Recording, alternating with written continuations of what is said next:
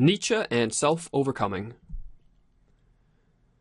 Nietzsche thought that the universe was the manifestation of an underlying force which he called the will to power. This world is the will to power, and nothing besides, he proclaimed. Nietzsche characterized the will to power, the basic underlying essence of the universe, as an insatiable desire to manifest power. In this lecture, we will discuss what this means in an ethical context, or in other words, in the context of how one should live their life. To do this, we will first take a look at Nietzsche's views regarding Darwinian evolution, and we will see that it was his understanding of evolution, or shall we say misunderstanding, which provided him with part of his motivation for formulating his doctrine of the will to power. In the year 1859, Charles Darwin published his famous work on the origin of species, and it was in this work that he elaborated his theory of evolution by natural selection. The basis of Darwin's theory is relatively simple. First of all, Darwin posited that individuals within a species differ in some degree from all other individuals. Most of these differences are insignificant, but some are significant enough to provide the individual organism with advantages or disadvantages in their struggle for existence. Those individuals with traits that are advantageous to their survival are ones more likely to reproduce and hence pass on these traits to their offspring, while those with traits that are disadvantageous typically won't live long enough to pass on their traits. This is Darwin's famous principle, which he called natural selection. Darwin understood that natural selection was an unplanned and undesigned process. Because of this, an organism's fate often lay in the hands of chance. A grain in the balance will determine which individual shall live and which shall die, which variety of species shall increase in number, and which shall decrease or finally become extinct.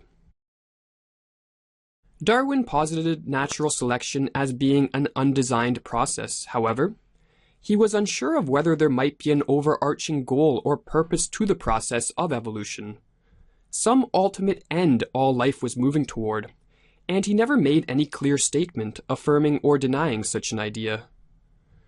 Yet there were many supporters of Darwin who were unshakable in their faith that there was a purpose implicit in the process of evolution. Herbert Spencer was one such individual.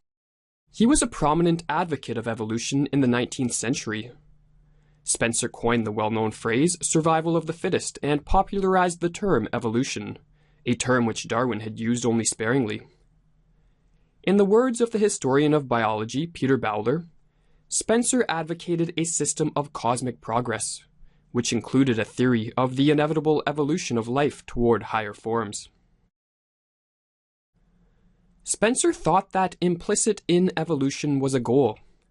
All life was moving towards this goal, and upon its attainment, human beings would become the perfect creature, which he called the ideally moral man, or in other words, individuals who are perfectly adapted to both their physical and social environment. Nietzsche agreed with the general idea of evolution, but was not directly familiar with the work of Darwin, and rather gained most of his understanding of evolution through the works of Spencer. Despite agreeing with the fundamental idea of evolution, Nietzsche was opposed to, in particular, two of Spencer's ideas regarding the nature of evolution. His first disagreement stemmed from Spencer's belief that evolution resulted in the inevitable progress of life. In his book, The Antichrist, Nietzsche revealed his dislike for such a view, saying, "Mankind surely does not represent an evolution toward a better or stronger or higher level, as progress is now understood. This progress is merely a modern idea, which is to say, a false idea. The European of today, in his essential worth, falls far below the European of the Renaissance. The process of evolution does not necessarily mean elevation, enhancement, strengthening." The second idea of Spencer's which Nietzsche disagreed with was the idea that all organisms ultimately strive after self-preservation. Spencer believed that, in the words of Gregory Moore, the ultimate end of all conduct is the prolongation and increase of life. In other words, the preservation of the individual organism and the species to which it belongs. Nietzsche falsely assumed Darwin shared with Spencer the idea that all of an organism's behaviors were aimed at self-preservation, and it was this false assumption that led him to disagree with Darwinian evolution in favor of his own view of evolution based on the will to power. To clarify, Darwinian evolution, instead of claiming that all an organism's behaviors are aimed at survival, states that behaviors which are advantageous are ones which will be preserved via natural selection. However, it is important to note that according to Darwinian evolution, an organism does not explicitly aim at survival. This was Spencer's interpretation of evolution, not Darwin's, and this is where Nietzsche misunderstood Darwinian evolution. The idea that all of an organism's behaviors and actions are aimed at survival has its roots in thinkers who lived before the theory of evolution became popular in the late 19th century. Arthur Schopenhauer, a philosopher born in the late 18th century, and one who greatly influenced Nietzsche, thought all things in this universe were manifestations of an underlying essence which he called will. As will, all life forms are dominated by a blind striving for existence without end or aim. All living creatures, including human beings, Schopenhauer thought, are dominated by this irrational desire to remain alive. He called this desire the will to live. Nietzsche was vehemently opposed to the idea that a will to live, or drive to survive, was the fundamental drive within all organisms. He thought the drive to remain alive was too cowardly a goal. Instead, he claimed that, as will to power, the fundamental drive of all things is an insatiable desire to manifest power. We will now examine exactly what such a statement means. In his book Twilight of the Idols, Nietzsche called himself an anti-Darwin, due to his rejection of the idea that organisms seek, above all else, the perpetuation and prolongation of their existence. In Beyond Good and Evil, Nietzsche pinpointed the problem he had with this view. Physiologists should think twice before positioning the drive for self-preservation as the cardinal drive of an organic being. Above all, a living thing wants to discharge its strength.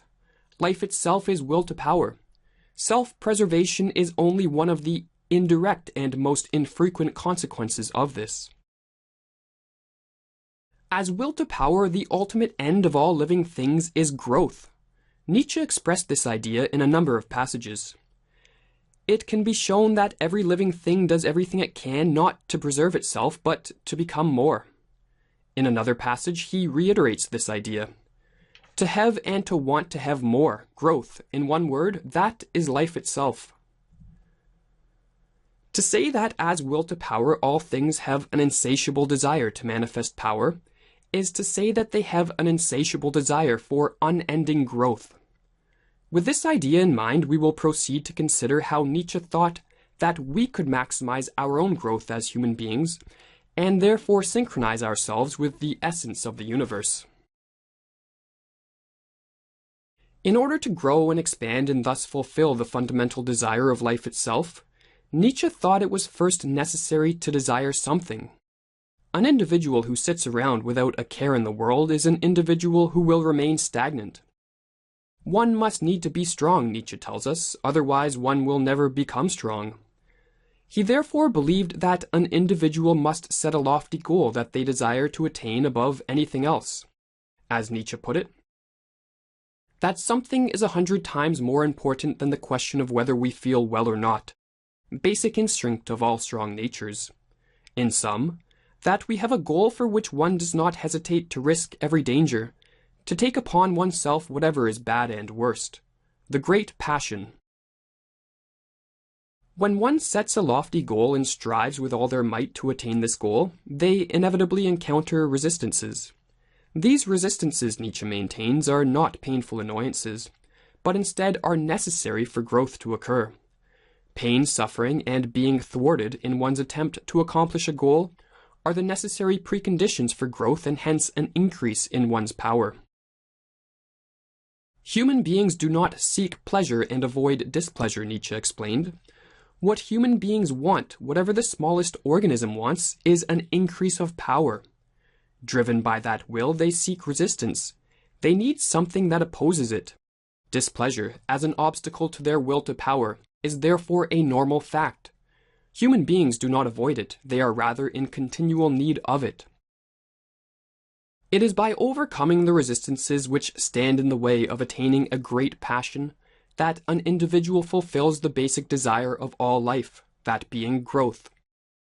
For this reason, Nietzsche characterizes growth as an act of self-overcoming. As will to power, all life in desiring growth of necessity must overcome itself. He therefore claimed that self-overcoming is written into the fabric of the universe. In Thus Spoke Zarathustra, Nietzsche proclaims, "And life confided the secret to me.